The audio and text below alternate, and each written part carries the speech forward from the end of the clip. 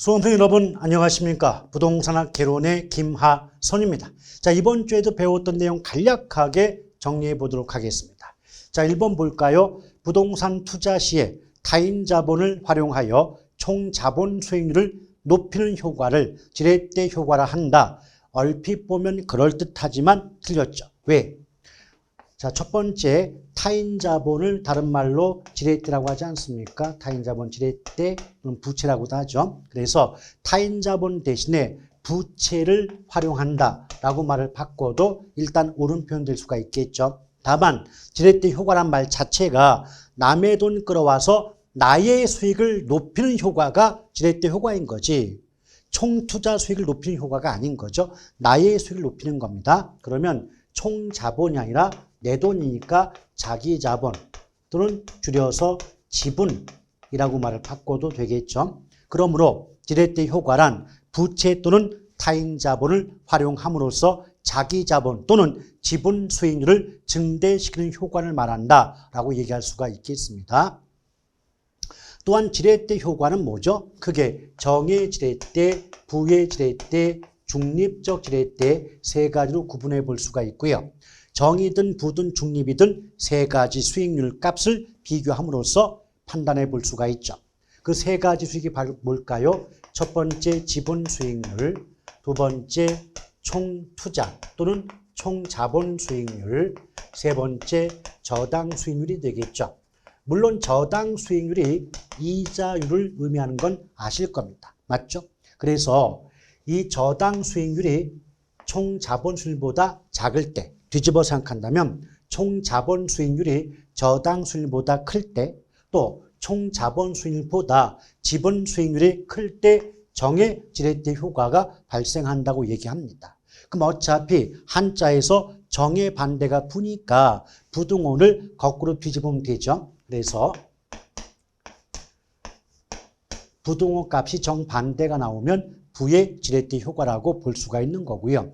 중립적 지렛대 효과는 중립이란 말 자체가 어느 한쪽에 치우치지 않는다는 의미를 담고 있으니까 세 가지 수익률 값이 모두 같은 값을 가질 때 중립적 지렛대 효과라고 볼 수가 있는 거죠. 그래서 중립적 지렛대 효과를 다르게 바꾸면 부채 비율의 증감이 자기 자본 수익률에 아무런 영향을 미치지 못하는 경우를 의미한다라고 출제가 된 적도 있습니다.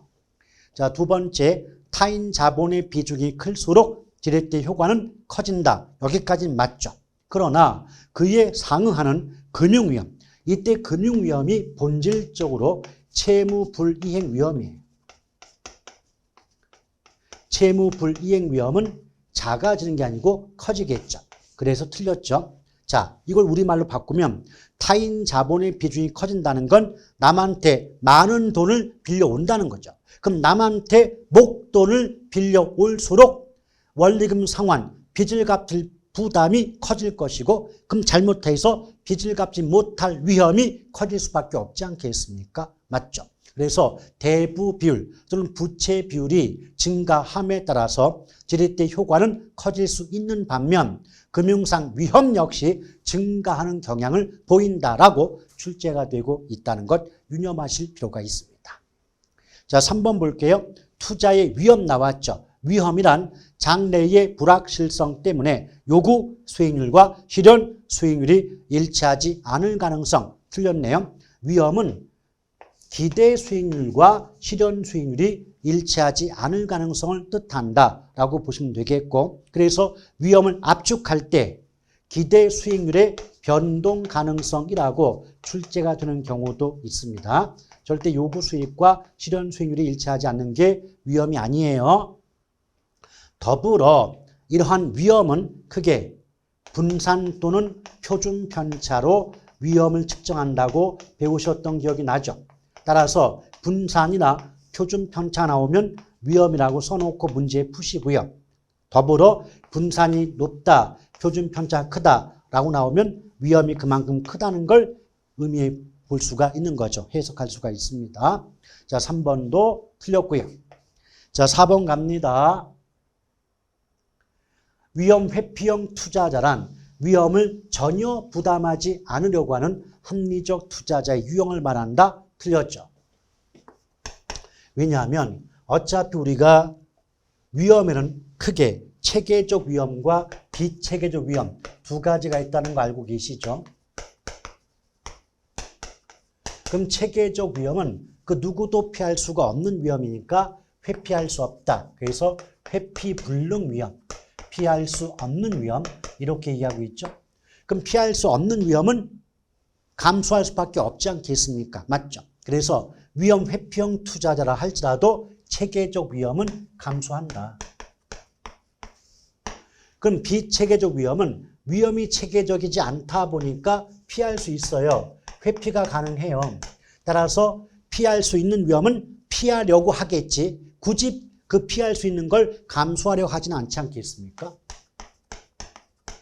그래서 위험 회피형 투자자라 할지라도 모든 위험을 부담하지 않겠다는 게 아니라 감수할 수밖에 없는 위험, 즉 피할 수 없는 위험은 감수하려고 할 것이고 또 그만큼 위험을 감수하더라도 많은 이익을 얻을 수 있다면 그런 위험은 감수하고자 하는 투자자를 위험 회피형 투자자라고 얘기할 수 있겠습니다. 그래서 구체적으로 얘기한다면 위험 회피형 투자자는 비체계적 위험을 피하고자 하는 투자자일 뿐 체계적 위험은 감수하려고 하는 투자자라고 이해하시면 됩니다.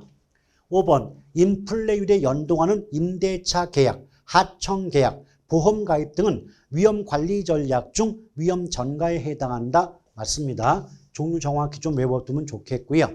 6번 민감도 분석이죠. 자, 민감도 분석은 다른 말로 감응도 분석이라는 말 쓰기도 하는데 이는 이제 아주 전형적인 표현이 나와요. 투입 요소 결과치. 자, 투입 요소라는 말 나오면서 결과치란 말 나오면 주저하지 마시고 아 이거 민감도 분석 의미하겠구나 라고 정답 구하시면 돼요. 근데 투입 요소라고 하는 것은 우리가 지금 배우는 대목이 투자 파트죠. 그럼 투자의 결과 무엇이 발생할 겁니까? 수익이 발생하겠죠. 그럼 수익 발생에 영향을 주는 여러 가지 요인들을 우리는 투입 요소라고 얘기할 수 있고요. 또 투자의 결과 무엇이 발생하죠? 수익이 발생하겠죠. 그래서 그 발생하는 수익이 결과치가 되죠. 따라서 투입 요소의 변화에 대한 결과치의 변화 정도를 분석한다. 이 부분을 우리식으로 말을 바꾸면 민감도 분석이란 수익 발생에 영향을 주는 요소가 변화할 때 결과로서 수익이 얼마만큼 바뀌는가를 분석하는 방법이 민감도 분석이고요. 민감도가 크다는 건 원인이 조금만 바뀌어도 결과가 들쭉날쭉 큰 폭으로 변동한다는 의미가 되기 때문에 그만큼 위험이 높다, 크다고 볼 수가 있는 겁니다. 자, 7번 포트폴리오 분산 투자 기법이죠. 비체계적 위험은 물론이고 체계적 위험까지 제거 감소 가능하다. 틀렸죠. 포트폴리오는 위험 회피형 투자자를 전제로 하고요. 효율적인 포트폴리오 구성을 통해서 비체계적 위험은 제거하거나 감소가 가능하겠지만 시장 상황과 관련된 체계적 위험에는 아무런 영향을 주지 못한다고 배운 적이 있죠. 자, 체계적 위험에는 아무런 영향을 주지 못한다. 그 말은 다르게 바꾸면 가장 효율적인 포트폴리오를 구성할지라도 시장 상황과 관련된 체계적 위험은 전혀 제거 감수할 수 없다는 말과 같지 않겠습니까? 자, 틀렸고요. 8번 효율적 전선, 다른 말로 efficient front라고 하죠. 동일한 수익률 하에서 가장 위험이 낮은 포트폴리오를 연결한 선이다. 좋아요. 근데 효율적 전선은 모습 자체가 아래로 볼록이 아니고 위로 볼록하죠. 효율적 전선은 위로 볼록한 우상향 곡선이지 아래로 볼록이 아니에요. 근데 만약 아래로 볼록한 우상향, 그것이 답이 되려면 효율적 전선이 아니라 무차별 곡선이 나와야 되죠. 자, 무차별 곡선은 아래로 볼록이지만 효율적 전선은 위로 볼록이다. 차이점 구분하셔야 됩니다. 자, 9번 볼게요.